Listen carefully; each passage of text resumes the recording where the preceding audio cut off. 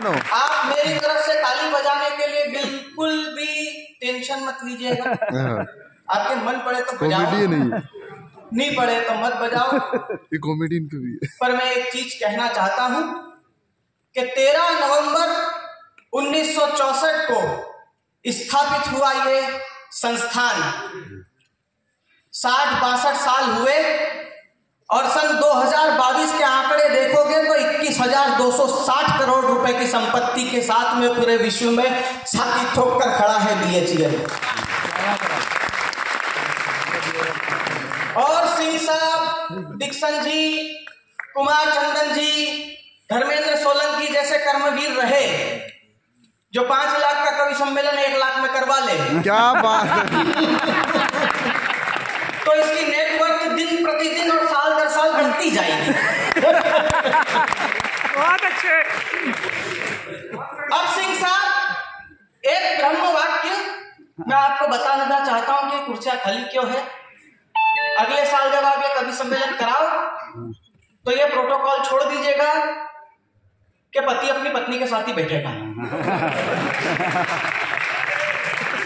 सारी कुर्सियां भरा जाएगी, अपने को टेंशन लेने की जरूरत नहीं है। सर, दुनिया में हर जगह टेंशन है। मैं ये कहता हूं कि टेंशन में मत रहिए, अटेंशन में रहिए, क्योंकि जिसकी मस्ती जिंदा है उसकी हस्ती जिंदा है। और कुछ नालायकों को देखकर लगता है कि ये जबरदस्ती जिंदा है। क्या बात है यार। कभी है। चौबे जी, थोड़ी देर आप भी बैठ जाइएगा, मैंने भी 200 रुपए दिए थे माला पहना। मतलब आपका नाम रजनीकांत है, इसका मतलब ये नहीं कि आप धनुष के ससुर हो गए।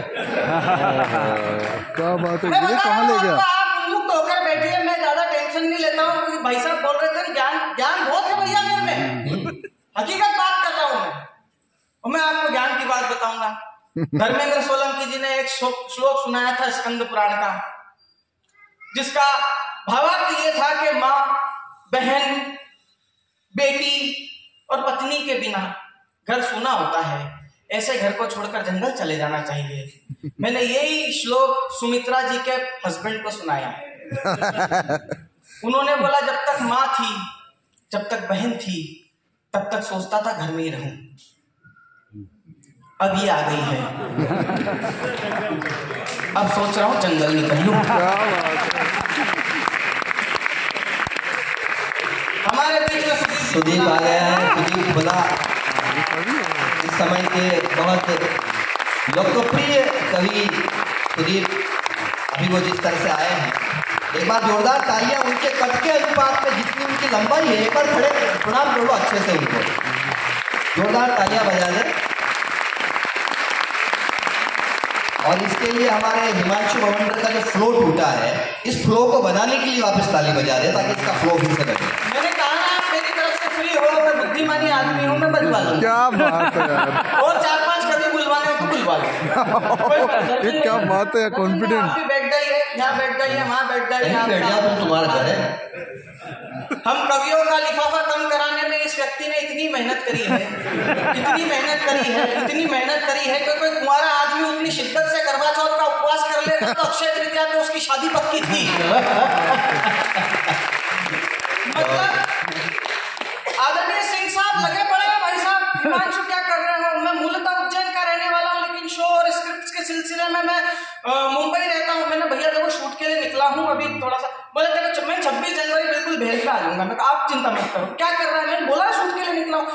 दोपहर को 2 बजे फोन आया, बोले हिमांशु क्या कर रहे हो? मैंने कहा भैया देखो ऐसा है, लंच ब्रेक हुआ है, उसके बाद फिर कैमरा रोल होगा। तो ठीक है। शाम को 7 बजे फोन आया, बोले हिमांशु, मैंने भैया ब्राह्मण का बच्चा हूँ और नहा धो के संध्या करने की तैयारी कर रहा हूँ। 26 तारीख को रात को 3:30 बजे फोन। और सवाल यही कि क्या कर रहे हो?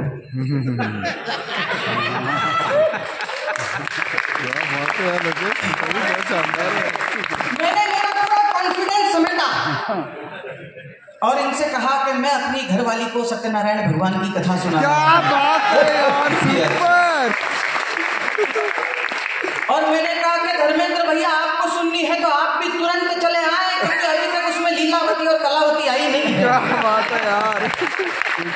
अब जिन बच्चों को ये नहीं मालूम कि लीलावती और कलावती कौन होती है, हमारे बीच में राकेश जी भी आ चुके हैं। मैं आपका स्वागत करता हूं सर।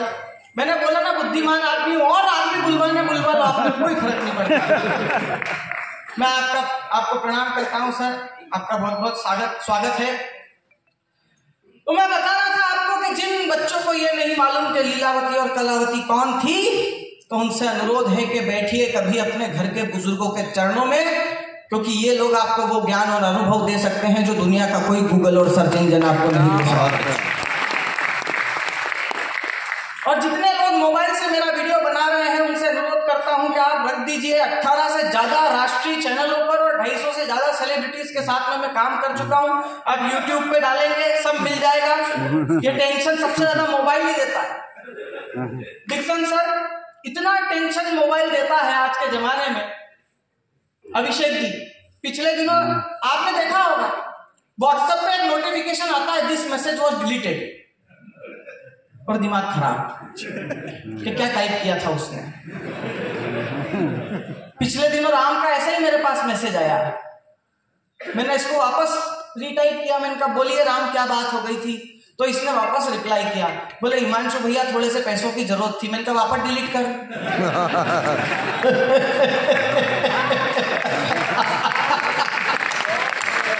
अच्छा है।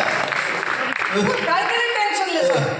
आप देखिए किसी रेलवे स्टेशन एयरपोर्ट पे निकलते हैं तो ऑटो वाले पीछे पड़ जाते हैं, कहाँ जाना है, पीछे पड़ जाते हैं सर, कहाँ जाना है, चलिए कहाँ जाना है।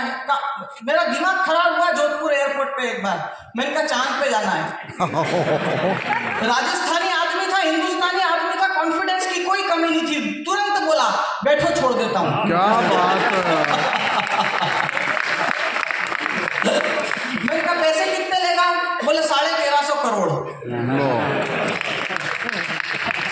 मैंने भले आदमी, वो इसरो वालों ने चंद्रयान छोड़ा, वो 600 650 करोड़ में छूट गया है। बोले नहीं भैया ऊपर से खाली आना पड़ेगा, सवारी नहीं मिलेगी। क्या बात है यार।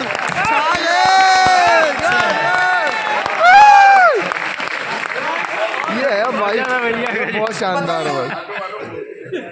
राकेश जी मतलब स्थिति अब कुछ भी खराब कोई, अगर मैं देखो टेंशन नहीं पालता हूँ, बात कहने का सलीका अपना अपना होता है, बात के अर्थ वही होता है। जैसे अभय भैया ने कहा वो महबूबा मुफ्ती फलाना ठिकाना, महबूबा मुफ्ती का एक बयान था कि अगर घाटी से 370 हटी तो घाटी में कोई तिरंगा उठाने वाला नहीं बचेगा। ठीक है, अभय भैया चूंकि वीर रस के कवि है, इन्होंने अपना आक्रोश प्रकट किया, मैंने दिमाग लगाया ही नहीं। मैंने बोला ना मैं बुद्धिमान आदमी। आपने ये बयान 1.5 साल पहले का था, 3 महीने पहले आप लोग सब लोग एक दृश्य के साक्षी हुए। भारत के हर टीवी चैनल ने बताया कि जम्मू कश्मीर में एक शिवालय में महबूबा मुफ्ती लोटा लेके भगवान शिव का जलाभिषेक कर रही है। तो आपको मालूम है ऐसा क्यों हुआ? क्योंकि महबूबा मुफ्ती ने ध्यान से पंडित प्रदीप मिश्रा सीहोर वाले को सुना। क्या बात है।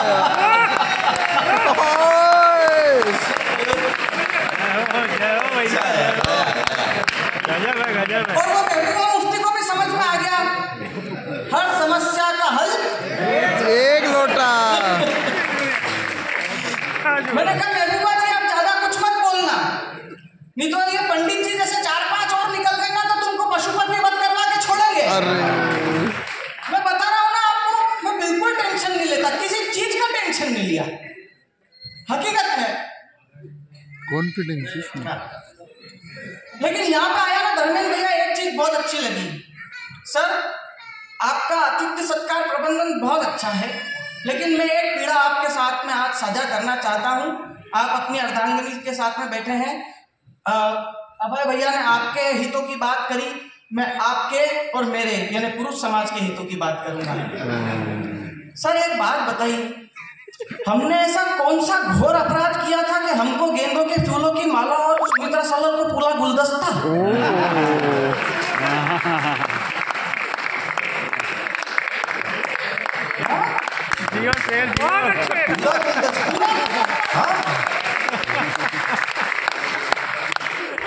मतलब पुरुष इतना ज्यादा पीड़ित और शोषित है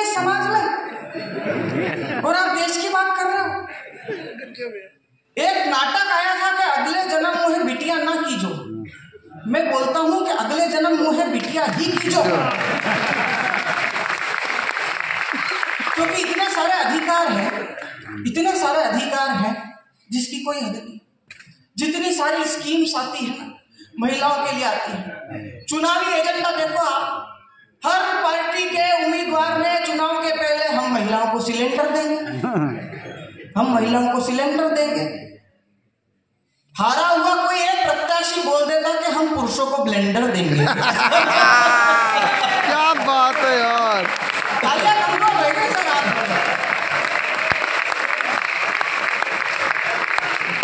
अच्छा, सर्वाधिक वोटों से जीतता हूं। संसद भवन में कहा महिलाओं ने कि हमें 50% आरक्षण चाहिए, कोई दिक्कत नहीं, हम पुरुषों से कंधा मिला के चलना चाहते हैं, कोई दिक्कत नहीं है, लेकिन घर में लाल सिलेंडर उठाने की बारी आती है तो हम पुरुषों के कंधे याद आते हैं। इसीलिए कहता हूं कि अगले जन्म मोहे बिटिया ही कीजो। आप फोन करो, किसी के घर पे लड़की जन्म लेती है तो आजाद भाई साहब फोन करके बधाई देते हैं, हाँ बेटा महेश बधाई हो, बधाई तेरे घर लक्ष्मी आई है। आपने सुना कभी किसी ने फोन करके बधाई दी हो, महेश बधाई हो तेरे घर पे भेरू महाराज ने उतार। क्या बात है। वो आप अपने इसके मुखिया जो थे पहले आदरणीय शिवराज सिंह जी चौहान, वो मामा बने तो सिर्फ बेटियों के ही बने। लाडली बहना योजना, लाडली लक्ष्मी योजना,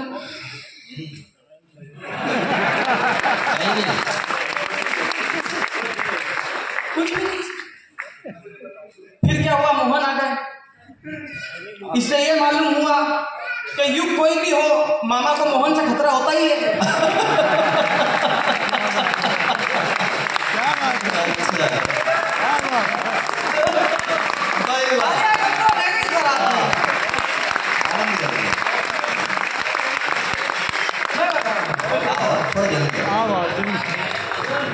आप भी याद नहीं होंगे भाई साहब,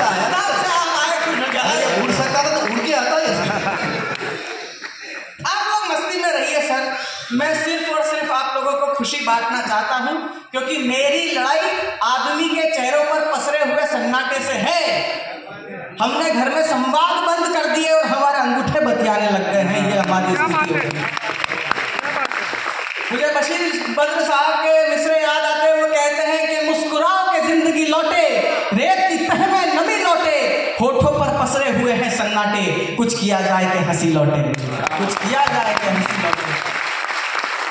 आज हम, मैंने बताया ना 64 से संस्थान चालू हुई और 60-62 साल में कहां पहुंचे, 21,000 करोड़, और उसके भी पार ये 2022 का आंकड़ा है भेल का आपके। और वही 1947 में हमारे साथ में एक देश आजाद हुआ था, आटे के लिए तरस रहा। अब बताओ क्या भाटा कविता लिखे उस पे। हालत बेचारे की ऐसी हो गई कि एक हाथ में आटा, एक हाथ में बम, आटा मिल नहीं रहा, बम फट नहीं रहा।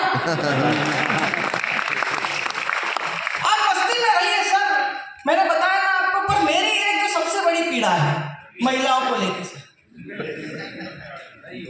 नहीं होनी चाहिए। अब जैसे राकेश जी हैं, इनको भी बहुत से लोग फोन करते हैं कि भाई साहब ये लाल घाटी में पुलिस वालों ने पकड़ लिया, छुड़वा दो। राम बाबू जी को धर्मेंद्र भैया पूछिए, कितने लोगों के फोन आते होंगे, आते हैं ना भाई साहब लाल घाटी पकड़ लिया है, करबला में पकड़ लिया, हलालपुरा बस स्टैंड। आपके पास आज तक किसी लड़की का फोन आया सर? क्योंकि पुलिस वाले पकड़ते ही नहीं है। भगवान जाने उस एक मुस्कुराहट में कौन सा ऐसा चमत्कार छुपा हुआ आता है कि 1500 रुपए के चालान की अदायगी हो जाती है। अच्छा, आप सब लोगों ने प्लेन लैंड होते हुए देखा है, एक पहिया आगे, दूसरे 2 पहिए पीछे से खुलते थे। वाह यार,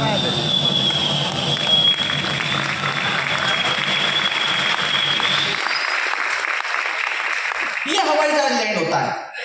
और अभय भैया, जब भी कोई पापा की परी स्कूटर रोकती है, अरे तो उसके दोनों पांव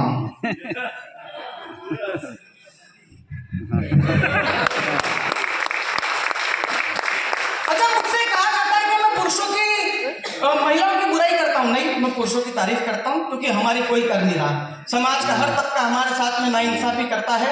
आप देखिए सरकार ने योजना ले बेटी बचाओ, बिल्कुल बचाओ, लेकिन ये बताओ हम लड़के गंगा जी की बाढ़ में बैठे आए? हमको घर वालों ने यूट्यूब से डाउनलोड करा, फिर नारा आगे ले गए बेटी पढ़ाओ। मैंने कहा क्यों पढ़ाओ? तो आदरणीय सुदीप भोला जी बोले नालायक, समाज में खड़ा होकर गंदी बात मत किया कर। इस देश में एक लड़की पढ़ लेती है तो परिवार के 4 लोगों को शिक्षित करके छोड़ती है। मैंने कहा भैया उसके पीछे जो कॉलेज के 40 लड़के फेल होते हैं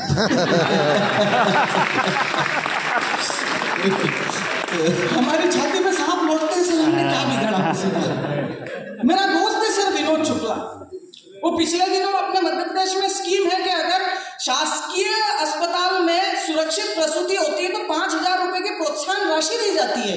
विनोद शुक्ला खड़ा था बेचारा, उधर भाभी बच्चा, मैं बच्चे के साथ में खेल रहा, इतनी देर में नर्स आई, सिस्टर, उसने 5,000 का चेक। मैंने कहा सिस्टर ये, बोले नहीं ये माँ बनी है ना इसलिए इनको सरकार की तरफ से पुरस्कार। मैंने विनोद को देखा, मैंने कहा ये गरीब भी कुछ ना कुछ बनाया मैंने कहा इसको भी कुछ ना कुछ दो।